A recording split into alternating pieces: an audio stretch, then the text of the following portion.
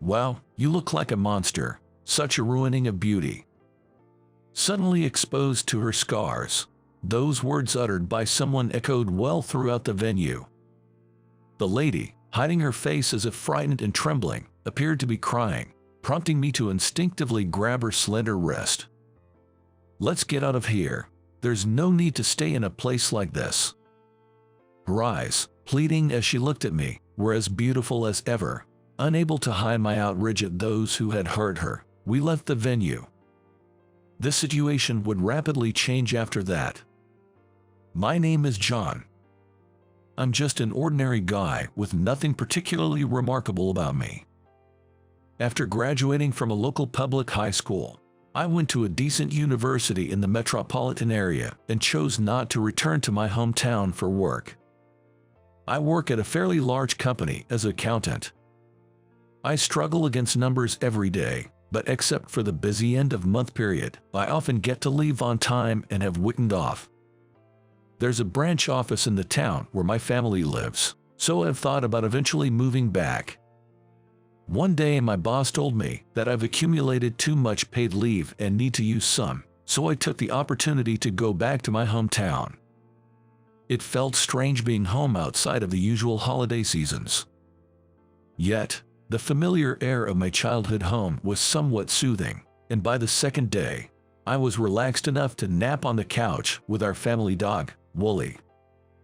Wooly is a white toy poodle, named by my dad because he looks like a sheep. He's an absolute angel and incredibly cute. At one point, my phone pinged with a notification by the social media message. It was from Emily, a childhood friend. "Long time no see. I heard you're back home. Is that true?" A message with a sticker which is cute, popular character tilting its head popped up. Emily lives next door, and we've been childhood friends for ages. But it's not like there's any romantic feeling between us. We're more like siblings. I heard she's working as a journalist for a local newspaper now. Her talent for English and her inquisitive nature still seem to serve her well. Right now, I'm just chilling with Wooly, so bored with nothing to do. It's so unfair that you get to take weekday off. There's a high school reunion tonight at 7. It's just a small gathering with about 20 people. I'll let Joshua, the organizer, know if you're coming. Really? Count me in. Thanks. I replied with a sticker from my favorite basketball comic, and suddenly, I was looking forward to the reunion that evening. The high school I attended was a relaxed academic school in the countryside. Not many went on to prestigious universities in the metropolitan area, with most aiming for the local national university. Those who went to universities in the metropolitan area were either top students, had specific departments they wanted to join, or didn't have the grades for national universities. I was supposed to easily get into a national university, but I got the flu on the day of the common exams and couldn't sit for them. I ended up going to a private university after I recovered. I was devastated at the time, but looking back, I landed a job and enjoyed my 4 years there, so no regrets. But since then, I've been extra cautious about my health. High school was incredibly fun, filled with silly antics. All the guys in my class were great, and at graduation, we were crying like babies. Emily, my childhood friend, was in the same high school and the same class. Even now, when we meet, most of our conversations revolve around those fun high school days. In that class, there was one girl who caught my attention. Her name was Olivia. Her name had a beautiful ring to it, fitting perfectly for such a lovely girl. She was always smiling and adorable, smart, and the star of the volleyball team. She was the embodiment of grace and intelligence, yet so humble that everyone liked her. The thought of her possibly attending the reunion made my heart race a bit. I wonder if everyone has grown up. I don't feel like I've changed much. With a bit of anticipation, I started thinking about what to wear. The reunion held at a bar. I spotted Joshua, the organizer, and went over to say hi. Hey, John. Long time no see. I heard from Emily that you were coming, so I was looking forward to seeing you. Long time no see. Perfect timing. Really appreciate you organizing this, Joshua. Must have been tough, huh? Nah, I just arranged the venue, and everyone's handling their own orders. It's not a big deal, Joshua said, laughing. I've always thought this aspect of him is truly charming. Of course, he's got the looks, the style, and on top of that, he's a high-flying public servant. I wonder why he isn't more popular with girls. He's mentioned sadly that his work is so demanding he hardly has time to date, and even when he does, he struggles to find time to meet up, leading to quick breakups. Despite his high status, he faces his own set of struggles, which somehow gives me undefeatable feeling. Afterward, familiar faces continued to enter the venue one after another. Emily arrived with a girlfriend, and we high-fived, laughing about how long it had been. It's weird, right? Everyone's aged and changed, yet we can still recognize each other. It's mysterious. Well, you haven't changed at all, Emily. Still as petite as ever. Can't help it if I didn't grow taller. You haven't changed much either, John. You're just the epitome of average. You should take a leaf out of Joshua's book. He has always been a looker, hasn't he? We're just not in the same league. The same jokes from the past felt incredibly enjoyable. Even before we started drinking, the nostalgia seemed to raise everyone's spirits, reminding us of our high school days. Those were days filled with laughter and joy, no matter what happened. The atmosphere that brought us back to those times made everything feel even more enjoyable. Suddenly, there was a stir near the entrance. Looking over, I saw two women entering the venue. One of them was Samantha. She was the go-to person in our class, always at the center of everything. Her assertive and sometimes high-handed manner made her a bit difficult for me to deal with. The other girl, hiding her face with long bangs, was unrecognizable at first. As I was wondering who she might be, someone exclaimed, "Isn't that Olivia?" and the murmuring gradually grew louder. Indeed, the girl with the long bangs was Olivia, the beauty of the class. Her once confident posture was now hunched, and her face hidden, nervous demeanor was far from the Olivia we remembered. On the other hand, Samantha was pulling Olivia along, forcibly integrating her into the mingling groups. "Olivia, what happened? You look like a different person." I hadn't been back home in a long time, so I had no idea what had happened to Olivia. I thought Emily, always in the know, might have some information, but she just shook her head. I heard she was in a traffic accident during university, but it wasn't life-threatening, so I thought she was okay. A traffic accident? Yeah, I heard it was minor injuries, but after that, she changed her WhatsApp and email accounts, so I lost contact with her. I don't know the details. I see. It wasn't like Olivia to change her accounts and cut off contact without telling anyone, but I didn't have any more information. Feeling oddly unsettled, I was left with a lingering sense of discomfort. Cheers. Following Joshua's call, we raised our glasses high. The refreshing fizz of the cold beer passed through my throat, making me exhale with satisfaction. Acting like an old man, are we? We're already in our late 20s. Laughing with the guys around me, I took another hearty swig. The bartender brought more beers to our table, and we continued to drink merrily. Joshua. In a deliberately high voice, Samantha, sitting next to me and Joshua, began to flirt with him. She wore a revealing dress that accentuated her figure and had a confident smile as she wedged herself between Joshua and me. She's not interested in me at all. I wondered what Olivia, who came with Samantha, was doing now. Looking around, I spotted Olivia alone in a corner, not talking to anyone, her head bowed.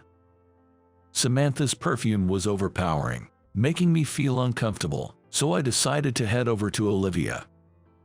"Olivia, Long time no see. John, it's been a while. I was relieved to see her smile on her lips from behind her long bangs. We made small talk, and I sipped my drink leisurely.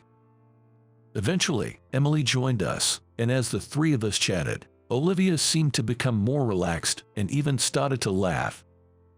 Hey, help me out here. Sitting next to Emily was Joshua, who had been entangled with Samantha just moments before. Was Samantha always like that? So pushy, it's kind of scary. Scary, she's just a classmate, man. She just keeps pushing without considering how I feel, and I don't know what to do about it. Seeing a handsome guy like Joshua overwhelmed by a girl's advances was funny, and we all laughed even more. Despite his good looks, Joshua seemed to have very little experience with romance and was also quite shy, which apparently made things difficult for him. "Ah, there you are, Joshua." Samantha, apparently having been looking for Joshua, sat down next to him again. She grabbed his arm and leaned in close, making it obvious to everyone that she was targeting him. Trapped between Samantha and Emily, Joshua gave me a troubled look, but there was nothing I could do except offer a helpless expression in return. "Samantha, Joshua seems a bit uncomfortable." Emily's cold comment made Samantha smile triumphantly. "Oh, Joshua didn't say that. You clinging to him like that prevents others from talking to him. John and Olivia haven't seen each other in a long time." Samantha frowned at Emily's words. Then, for some reason, she glared at Olivia and smirked maliciously. "Oh, Olivia, you wanted to talk to Joshua too, despite looking like that?" Saying that, Samantha leaned in and lifted Olivia's bangs. Olivia's bare face was exposed to everyone. Shockingly, there was a large, twisted scar running from her forehead down to her left cheek. "Stop it." Olivia tried to pull away from Samantha, but Samantha wouldn't let go of her hair. Olivia closed her eyes tightly, looking like she was about to cry. Olivia had a hit-and-run accident and ended up with a scar on her face. It's such a pity, isn't it? She had such a cute face. And now it's marred by this ugly scar, and the culprit hasn't been found yet, right? Did you have some grudge against someone? Olivia, you were quite popular, weren't you? Well, not anymore. Samantha's laughter sounded twisted and ugly. Feeling the madness in her eyes, I stepped between Olivia and Samantha, shielding Olivia's face from the crowd.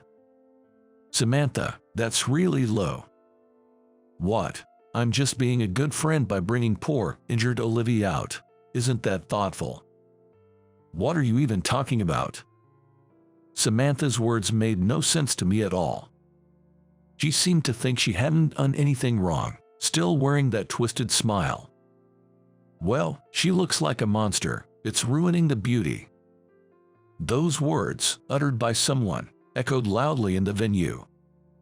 Olivia, hiding her face and trembling as if scared, seemed to be crying, and I instinctively grabbed her slender wrist. "Let's get out of here. There's no need for us to stay here." Her eyes, pleading as she looked at me, were as beautiful as ever. Without hiding my anger at those who had hurt her, we left the venue. I led Olivia by the hand, walking aimlessly.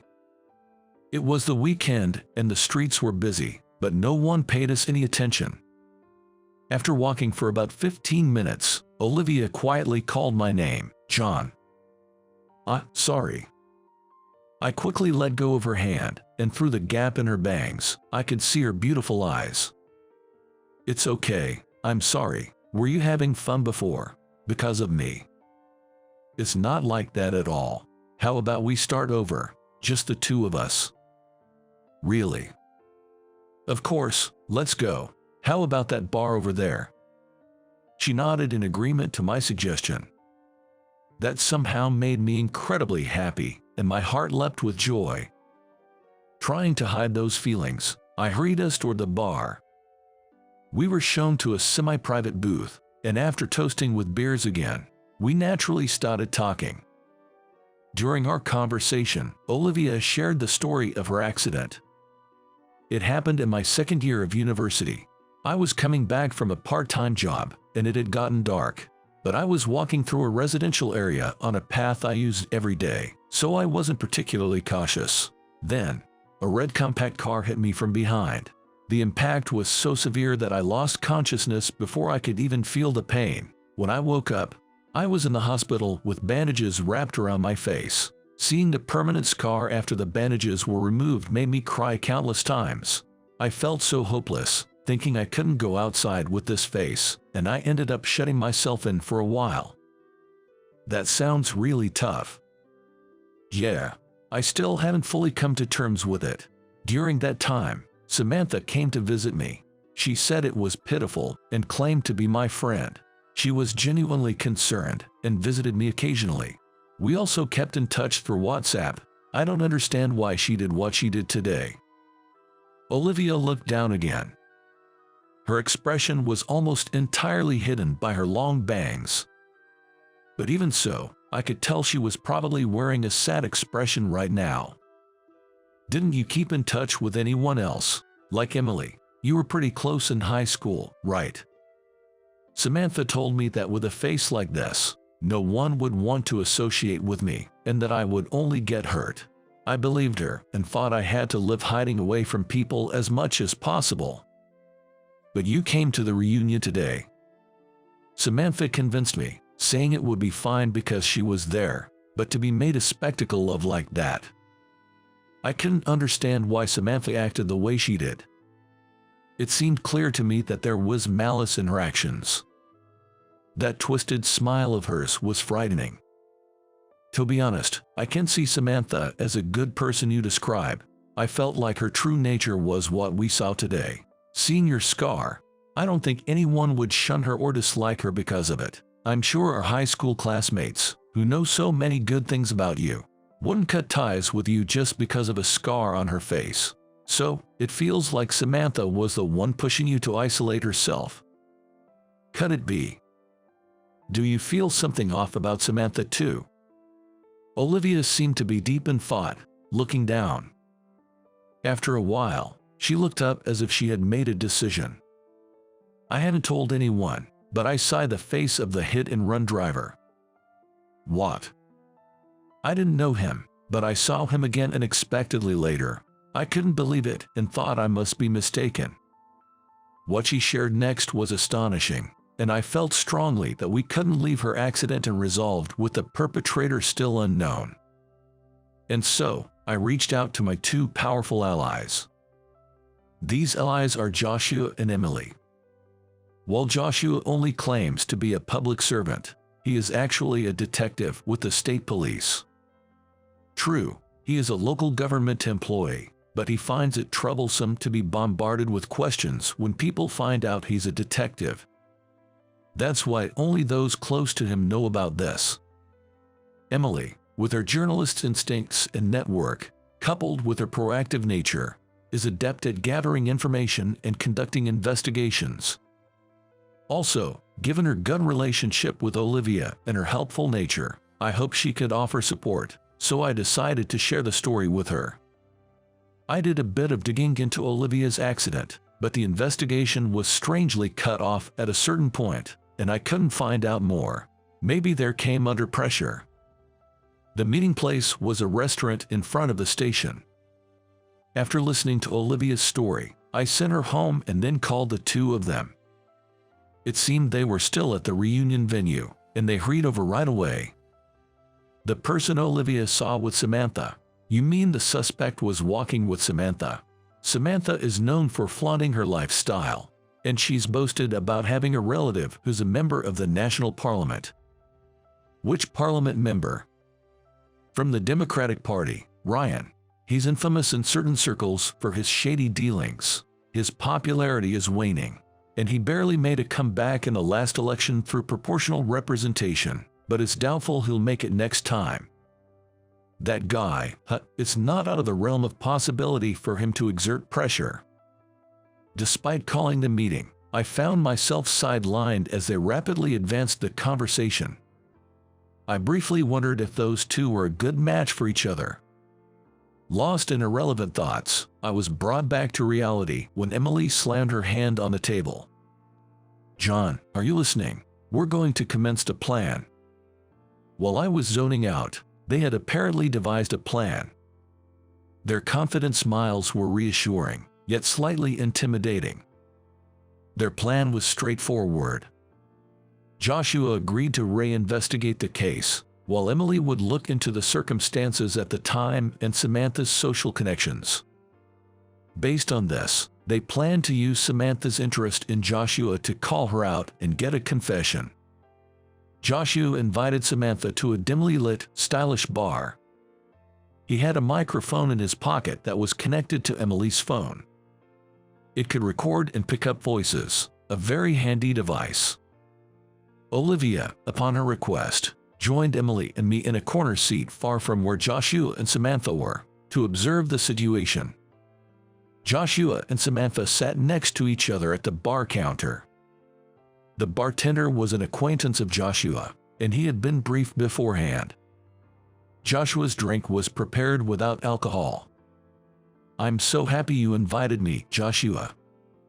I've wanted to talk more with you since the reunion." Joshua, usually shy, was lavishly flattering Samantha. Becoming generous, Samantha laughed in a high-pitched voice, her spirits high. It seemed she was quite drunk. Olivia watched them silently, with intensity. "Speaking of Olivia, have you been in touch with her since then? It was you who brought her to the reunion, right? Talking about another girl here, isn't that a bit tactless? You know John, right? Seems like he's interested in Olivia." Joshua casually brought me up, his face wearing a sly grin, as he questioned Samantha.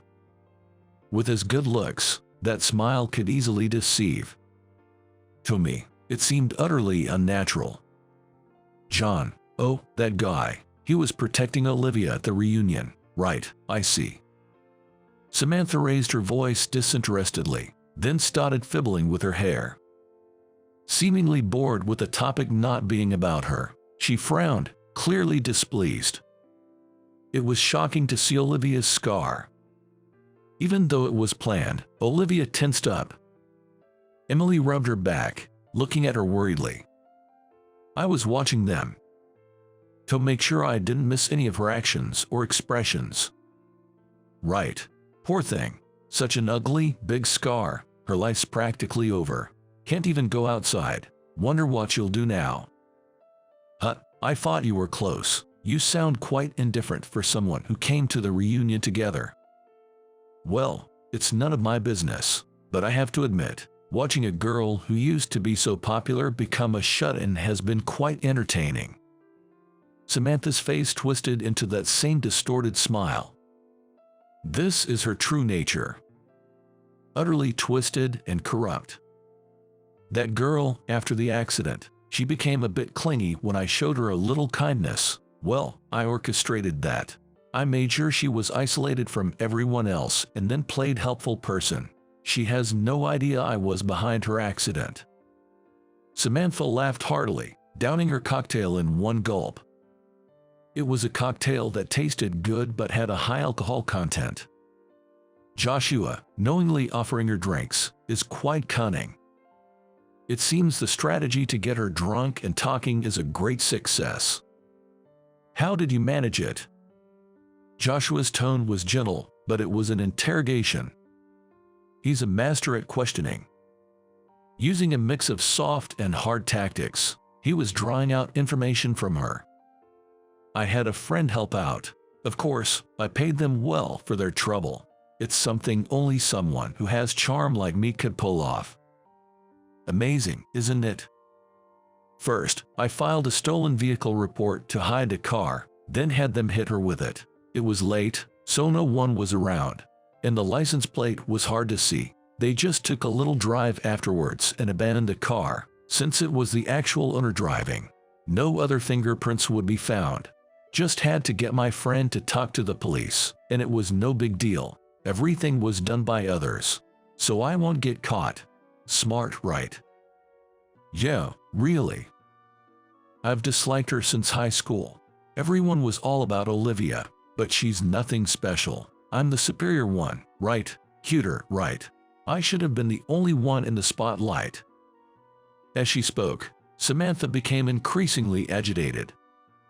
Without the need for a microphone, their voices carried over to us. Samantha was jealous of Olivia. That's why she resorted to such a heinous act. It was just like the prideful Samantha. She couldn't stand the thought that Olivia might be better than her. Is that the reason? Quite selfish, isn't it? Joshua stopped smiling and narrowed his eyes. The soft atmosphere vanished, replaced by a tense one.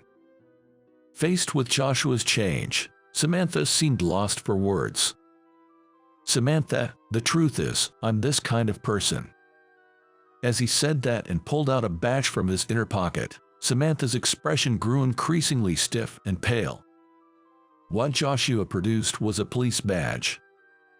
It was something that proved his identity. I've recorded our conversation. Would you mind discussing this in more detail? At the police station, of course. Samantha was stunned for a moment but eventually agreed to accompany him, seemingly resigned. Things would clarify everything. It was just when I too had breathed a sigh of relief. Olivia rushed in front of Samantha. Samantha, I trusted you all this time. It's disappointing. What, after all your dependency on me? You should just stay hidden away with that ugly scar. Living with such a scar exposed is just shameful. Even so, I won't give up on my life. I'll struggle through, scarred and betrayed, and won't let things go your way. Stay out of my life from now on. Goodbye. After saying that, Olivia returned to us, standing tall with her back straight as she used to. Olivia, who declared her separation with a loud voice, looked cooler than anyone else, even if the expression she showed us was tearful. You did well, I said, patting Olivia's head. She then broke down crying. Emily teased me for making Olivia cry. I didn't know what to do. Samantha, escorted by Joshua, left the bar. Having been told goodbye by Olivia, she was dazed and no longer violent. After the inquiry, Samantha admitted to all her crimes, and the man who executed the plan was arrested. The congressman, Ryan, fell from grace due to Emily's expose. Years later, the case was resolved. Olivia cut her bangs short afterward. Despite the painful scar, her expression regained its brightness, and she smiled charmingly. Joshua knew a skilled plastic surgeon to introduce her. Determined to try various skin treatments, she was optimistic, even if the scar didn't disappear completely. I sincerely hope her efforts pay off. Olivia and I are in touch now. After returning to my city from vacation, I found myself wanting to see her. I decided to request a transfer to the branch office at hometown. Until then, I want to deepen our friendship through calls and SNS. After a while, I received a message from Emily. Surprisingly, she had started dating Joshua. It seems they hit it off after that incident and went out for drinks a few times, which led to them becoming a couple. Despite their busy careers, they're making it work. Olivia and I often talk about them. Olivia and Emily have rekindled their friendship, going out together often. Emily looks truly happy, and I'm a bit envious, Olivia mentioned. Charmed by Olivia's lively voice, I couldn't help but blurt out, "Hey, should we start dating too?" I could sense her catching her breath on the other end of the line, and I broke out in a cold sweat for fear that she would reject me. However, the voice that came through was cheerful, instantly lifting my spirits. "Yes, I'd like that. Hope we'll keep our relationship for long." The fact that we were only talking on the phone was frustrating. I found myself wanting to see her right away. Her cheerful voice made me happy. Her laughter made me happy. I knew then that I wanted to cherish and protect her, this precious person to me, forever.